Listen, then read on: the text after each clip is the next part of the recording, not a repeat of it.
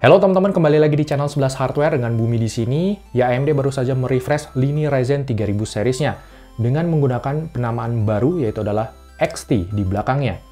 Ada 3 prosesor, yaitu adalah Ryzen 5 3600 XT, kemudian ada Ryzen 7 3800 XT yang ada di studio kita kali ini, dan ada Ryzen 9 3900 XT.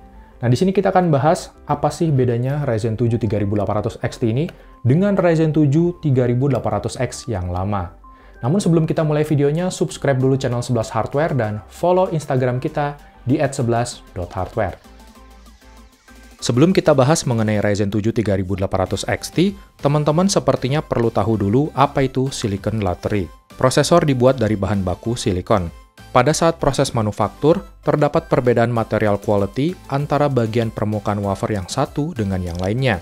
Hal inilah yang membuat unit prosesor yang kita beli bisa saja berbeda performanya dengan unit prosesor lain yang orang lain beli, walaupun kita sama-sama beli prosesor dengan seri yang sama. Bisa saja kita kedapatan yang material quality-nya yang standar, sedangkan orang lain tersebut dapat unit yang kebetulan material quality-nya sangat baik. Misalkan, kita cuma bisa OC maksimum di 4 GHz, nah orang lain itu bisa OC lebih tinggi sampai dengan 4,1 GHz misalnya. Atas dasar hal tersebutlah, banyak para entusias PC di luar sana yang rela membeli banyak unit prosesor untuk mendapatkan unit prosesor yang spesial. Misalnya nih, beli 10 Ryzen 3900X, mungkin aja bisa dapat 1 unit Ryzen 3900X yang spesial, yang punya kemampuan OC lebih baik dibandingkan dengan ke-9 unit lainnya. Unit spesial tersebut kadang menjadi barang incaran dan para entusias PC berani beli dengan harga yang lebih mahal. Nah, seri XT yang kita bahas ini kurang lebih punya keunggulan yang seperti itu. Ryzen 7 3800 XT yang ada di kami ini punya kemampuan melebihi Ryzen 7 3800X biasa. Secara spesifikasi, Ryzen 7 3800 XT hampir mirip dengan Ryzen 7 3800X yang lama.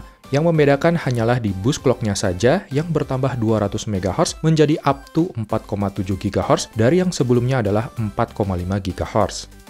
Ryzen 7 3800 XT ini dijual dengan harga di kisaran 6,1 juta rupiah atau sekitar 325.000 lebih mahal daripada Ryzen 7 3800X. Namun sayang di paket pembeliannya ini, Ryzen 7 3800X ini tidak disertai oleh CPU cooler bawaan. Ryzen 7 3800 XT dan seri XT lainnya ini nampaknya dirilis untuk menyambut kedatangan dari Intel Core generasi ke-10.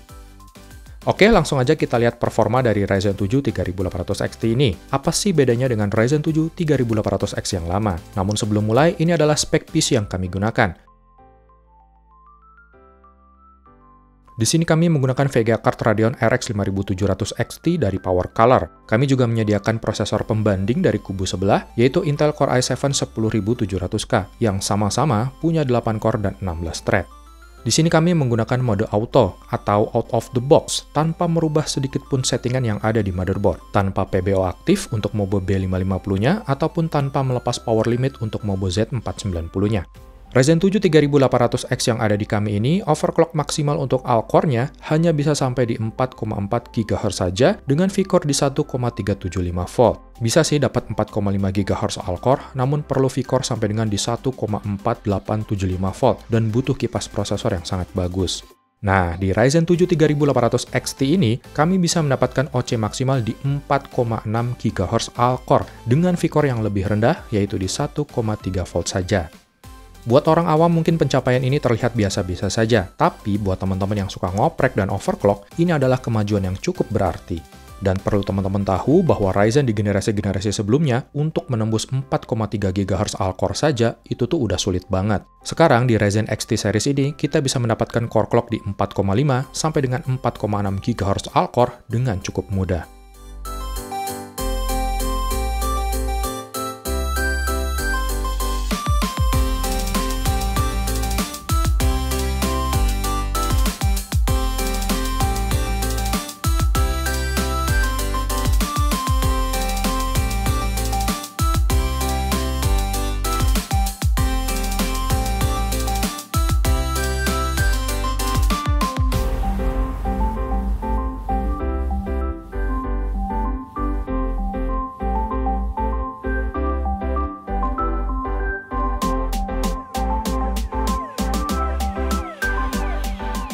Pengujian pertama, kita akan tes kecepatan encoding dari Ryzen 7 3800 XT ini. Kami menggunakan video footage 4K 30 fps yang biasa kami upload ke YouTube. Durasi video yang di-encode ini mencapai 10 menit 30 detik.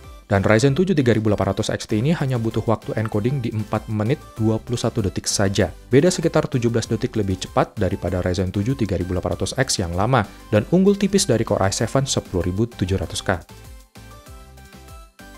Kemudian di pengujian kedua, kita akan coba kemampuan renderingnya dengan menggunakan Blender dengan konfigurasi CPU only. Nah, di sini Ryzen 7 3800 XT dapat merender dengan waktu di 14 menit 32 detik, atau lebih cepat sekitar 17 detik dari Ryzen 7 3800X.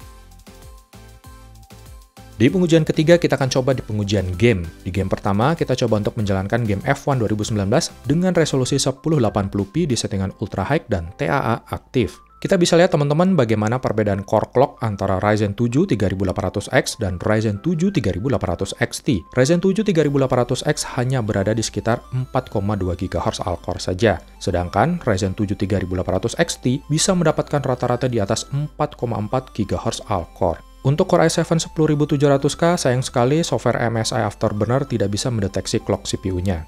Hasilnya, Ryzen 7 3800 XT bisa unggul sangat-sangat tipis, sekitar 0,4 fps aja. Sedangkan Core i7 10700K membuktikan dirinya bahwa dialah sebuah prosesor yang optimal untuk gaming, mendapatkan 6 fps lebih tinggi dengan mencapai 179,6 fps. Sedangkan di resolusi 1440p, perbedaan FPS di antara ketiganya semakin tipis. Hal ini membuat kita dapat menarik kesimpulan bahwa di game settingan ultra atau mentok kanan, performa prosesor tidaklah dominan, apalagi jika kita menggunakan resolusi yang lebih tinggi, seperti 2K misalnya.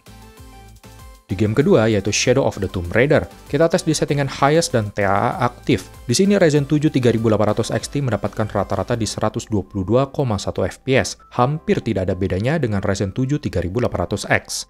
Begitu pula dengan resolusi 1440p, bahkan Ryzen 7 3800 XT bisa punya rata-rata fps yang sama dengan Core i7 10700K. Di game ketiga, yaitu Assassin's Creed Odyssey, kita tes di settingan ultra high. Di sini Ryzen 7 3800 XT mendapatkan rata-rata di 68,1 fps, atau unggul sekitar 1 fps aja dari Ryzen 7 3800X.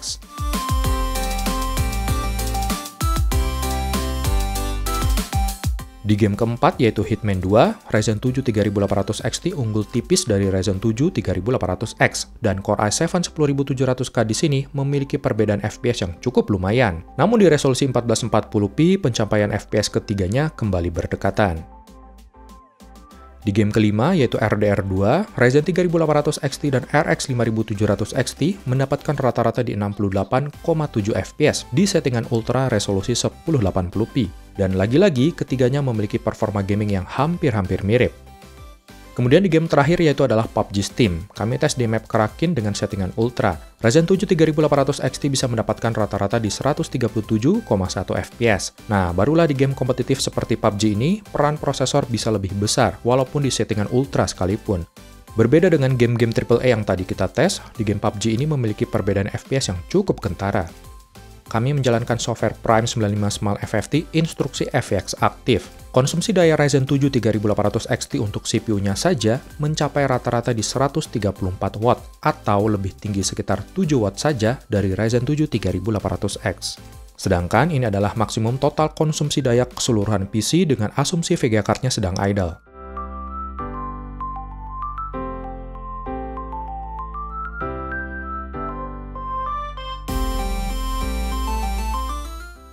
Oke, teman-teman, kesimpulannya Ryzen 7 3800 XT ini punya boost clock sekitar 200 MHz lebih tinggi daripada pendahulunya. Kita bisa mendapatkan keunggulan dari boost clock yang lebih tinggi ini di software ataupun aplikasi produktif. Namun untuk game, khususnya game-game AAA, Ryzen 7 3800 XT tidak memberikan kenaikan performa yang signifikan, kecuali jika kita menjalankan game-game kompetitif seperti PUBG, CSGO, dan lain-lain.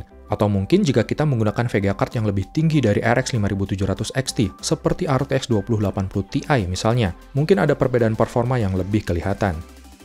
Ryzen 7 3800 XT boleh saja masih tertinggal dari Core i7 10700K di gaming. Namun Ryzen 7 3800 XT hadir dengan harga yang lebih murah dan konsumsi daya yang lebih irit. Menariknya lagi, terdapat promo bundling game original gratis, yaitu Assassin's Creed Valhalla, buat periode pembelian 7 Juli sampai dengan 3 Oktober 2020.